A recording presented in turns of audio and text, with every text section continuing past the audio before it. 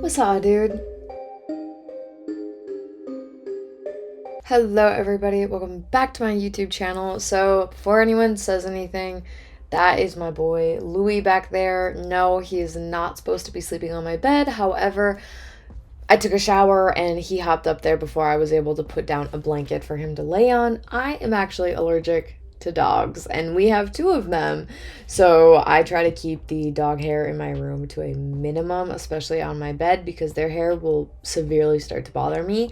But I love my dogs more than I care about my allergies. So he's just there. He's a sweetheart, so it's really hard to kick him off of my bed sometimes. That being said, I think we can just jump into today's video. So today's video is located in Maine, and this is kind of an interesting one. I mean, they're all interesting. I try to find the best ones, or the most interesting ones, but this one's pretty good.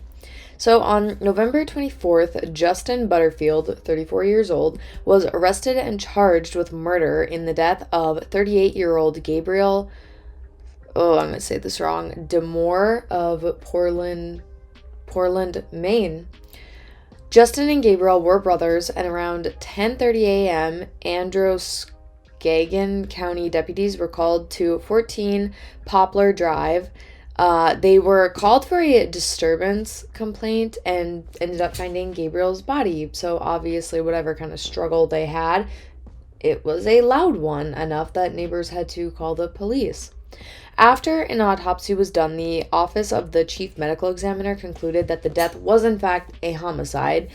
Many neighbors told News Center, Maine on Friday that Justin suffered with schizophrenia and had reportedly been hospitalized but then released. Justin's ex-girlfriend said that he was diagnosed in 2019 and isolated himself during the pandemic, which only made his condition worse. He got really, really paranoid, so I think that plays a big part in today's case.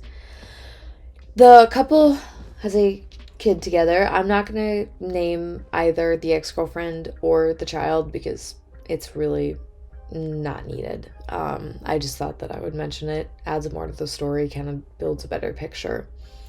Justin had multiple run-ins with the law as well as the 5 hospital visits that he had, but neither law enforcement or healthcare workers believed that he was a danger to himself or others. But if you were hospitalized 5 times and you had multiple run-ins with law enforcement, I would think that yes, you potentially could be a danger to yourself or just society in general. So I don't really know why they didn't attempt to do a little bit more for him to help him, but nonetheless, it's part of the story. I think Justin just didn't get the proper attention that he deserved. He's a good guy. He's only 34. He's still a kid. I have kids that age and, this is killing me, neighbor Lori Simard had said. All of the neighbors did say really nice things about him. They all knew about his mental health struggles, but ultimately everyone just thought that he needed more help than he ever received. In court documents, police reported that they found a screwdriver, hypodermic needles, a baseball bat, tire iron, and other objects sticking out of Gabriel's body on the front porch of their home. Allegedly, Justin told the police that he had been fighting for 24 hours with the Terminator before killing him. So obviously, he had an episode of some sort. Justin is currently being held in the Androscoggin County Jail without bail, and there is no hearing scheduled yet. Both sides would like a competency evaluation. I don't know why when I look at the word I can't say it, but when I don't, I can. Anyways, a competency evaluation, and the judge wants that done within 30 days. So Justin does know that he's arrested, and he understands that, but he has no idea why. When he was brought in for the first hearing, he just kind of confirmed that his name was in fact his name, and that was pretty much it. They did not get much from him, so I don't know. I'm very nervous to see how this progresses. I do think that had Justin gotten more medical attention for his mental health, that this could have all been prevented, and there were even neighbors that had said that exact same thing, so I don't know why more wasn't done. It's so hard because I feel bad for Justin. His mind just isn't there.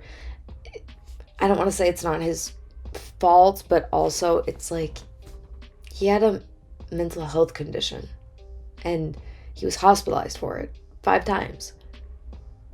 You know, so it's like, why wasn't more done for him? Obviously, he only has so much control over his condition. So, I don't know. I just feel like this death, too, could have been prevented, which if you saw yesterday's video, same thing there. It's stuff that could be prevented if, you know, the people just got a little bit more help. So, I think that this case is very sad, not only for the victim who did not need to die, but also, unfortunately, for Justin, because he needs more help. But I hope that the victim's family, that they are getting the, you know, help that they need, that they are being supported, and, you know, they're talking to the people that they need to talk to, and that they're checking in on their mental health too, because this is just an insane thing to have to go through. So that is our story for today.